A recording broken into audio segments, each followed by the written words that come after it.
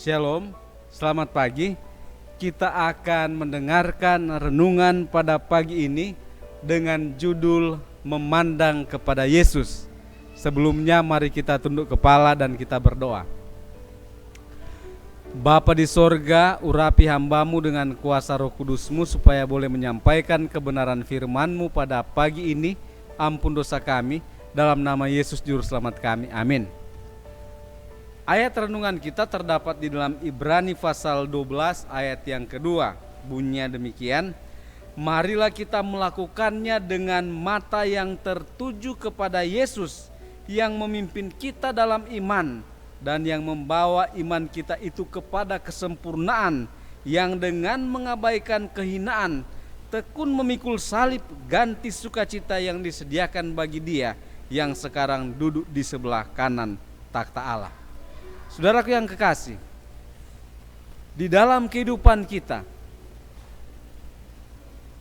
saya memiliki pengalaman. Baru-baru ini saya diajari bagaimana caranya menyetir mobil. Nah, kita sudah tahu aturannya bagaimana cara menyetir mobil.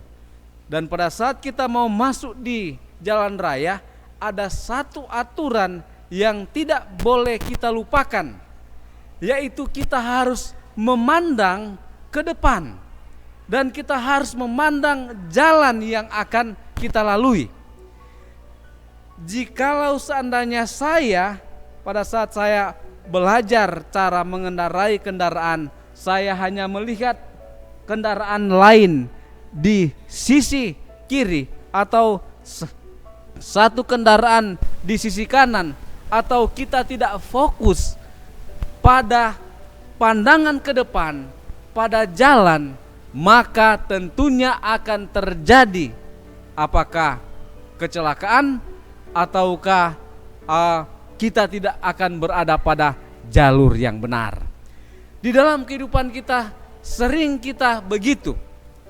Jadi pada saat kita menghadapi perjalanan kehidupan ini, maka kita tidak mengarahkan pandangan kita kepada Yesus yang adalah sebagai pemimpin kita.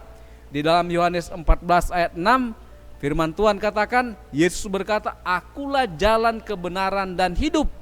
Tiada seorang pun sampai kepada Bapa kalau tidak melalui aku."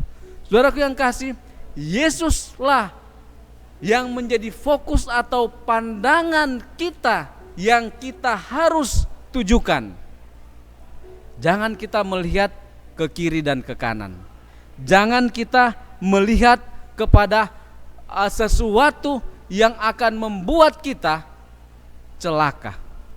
Saudaraku yang kekasih, hamba Tuhan Nyonya White di dalam buku Kebahagiaan Sejati halaman 71, dia berkata, ketika pikiran tinggal di dalam diri, dia berpaling daripada Kristus, sumber kekuatan dan hidup. Karena itu adalah usaha setan untuk terus-menerus untuk tetap mengalihkan perhatian dari juru selamat dan sekaligus mencegah persatuan dan persekutuan jiwa dengan Kristus. Saudaraku yang kasih, jangan kita memandang kepada diri kita atau memandang kepada orang-orang yang berada di sekitar kita. Pandanglah selalu kepada Yesus.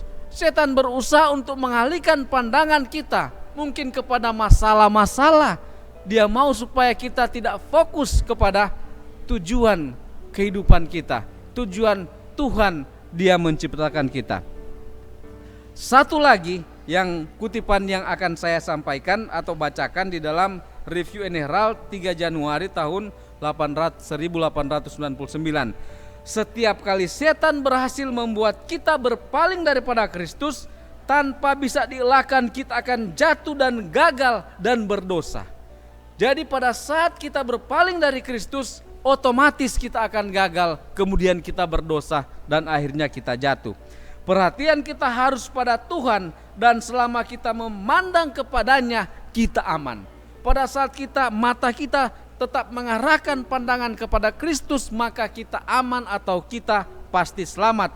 Tetapi ketika kita melihat kepada diri kita sendiri, kita telah menempatkan diri kita pada tempat di mana seharusnya Tuhan berada.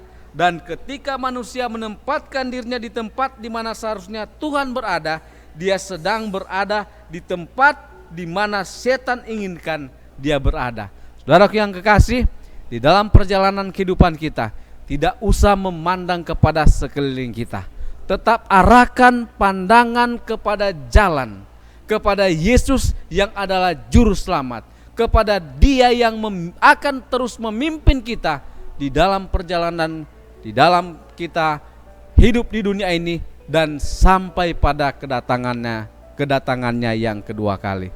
Kiranya mata kita terus memandang kepada Kristus, kita memandang tabiatnya, dengan demikian tabiat kita akan menjadi serupa dengan tabiat Tuhan, dan kita layak untuk masuk di dalam kerajaan sorga. Kiranya Tuhan memberkati kita dalam nama Yesus. Amin.